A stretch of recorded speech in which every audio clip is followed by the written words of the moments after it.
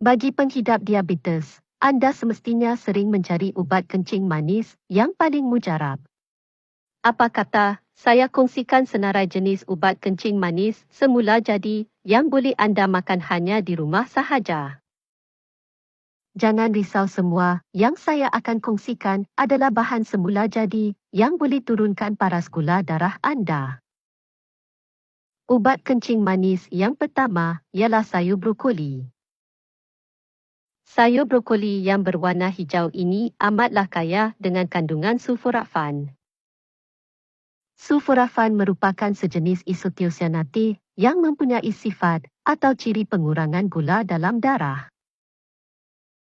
Kajian melalui tabung uji haiwan dan manusia juga telah menunjukkan bahawa ekstrak brokoli yang kaya dengan sulforafan mempunyai kesan antidiabetik yang kuat.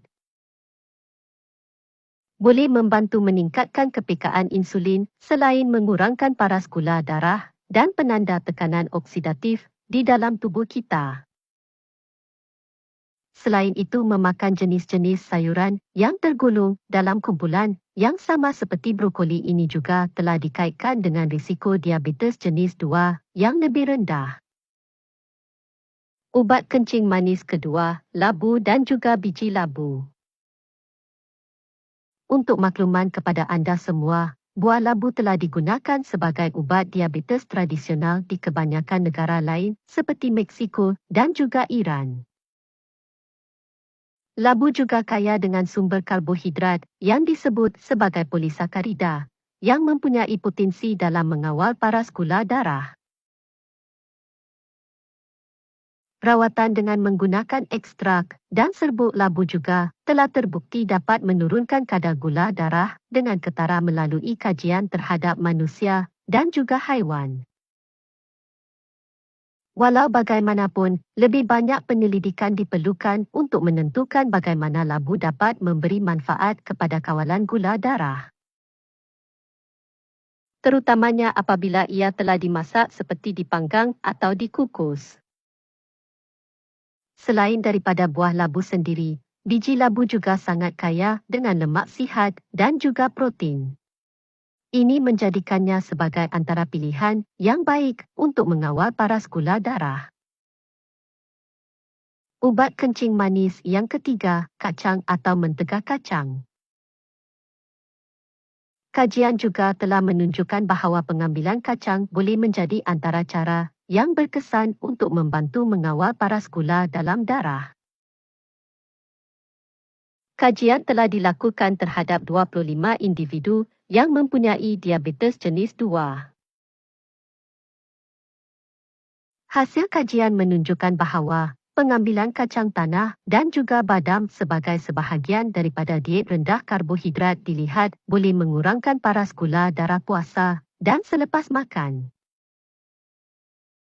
Selain itu, tinjauan juga mendapati bahawa diet yang menumpukan kepada pengambilan kekacang sebanyak 56 gram sehari boleh mengurangkan gula darah puasa dan hemoglobin A1C, HbA1c.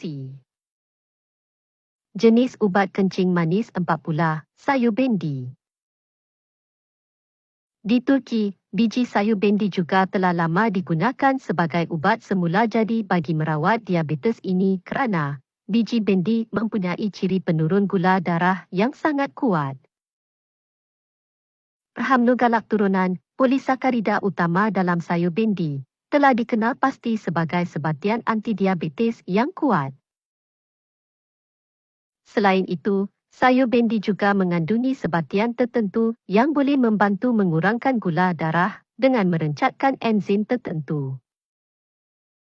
Walaupun kajian terhadap haiwan menunjukkan sayur bendi ini mempunyai sifat antidiabetes yang kuat, lebih banyak kajian terhadap manusia juga diperlukan bagi menguatkan dakwaan manfaat ini. Ubat kencing manis yang kelima, buah-buahan sitrus. Antara jenis buah-buahan sitrus yang terkenal ialah seperti limau, oren dan juga limun. Walaupun kebanyakan buah-buahan ini bersifat manis dan asam, kajian menunjukkan bahawa buah-buahan sitrus berkemampuan dalam mengawal paras gula darah. Buah-buahan sitrus dianggap sebagai jenis buah dengan nilai indeks glisemik yang rendah. Ini kerana ia tidak mempengaruhi paras gula darah berbanding jenis buah yang lain seperti buah tembikai dan juga nanas. Kesimpulannya,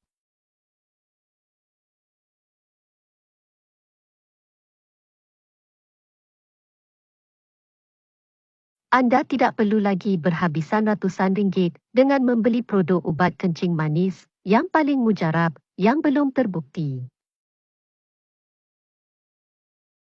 Kebanyakan produk-produk di luar sana hanyalah produk-produk skim yang mungkin tidak berkesan sama sekali. Jika anda benar-benar mahu mencari ubat kencing manis yang paling mujarab dan asli, ambil sahaja makanan yang dinyatakan ini.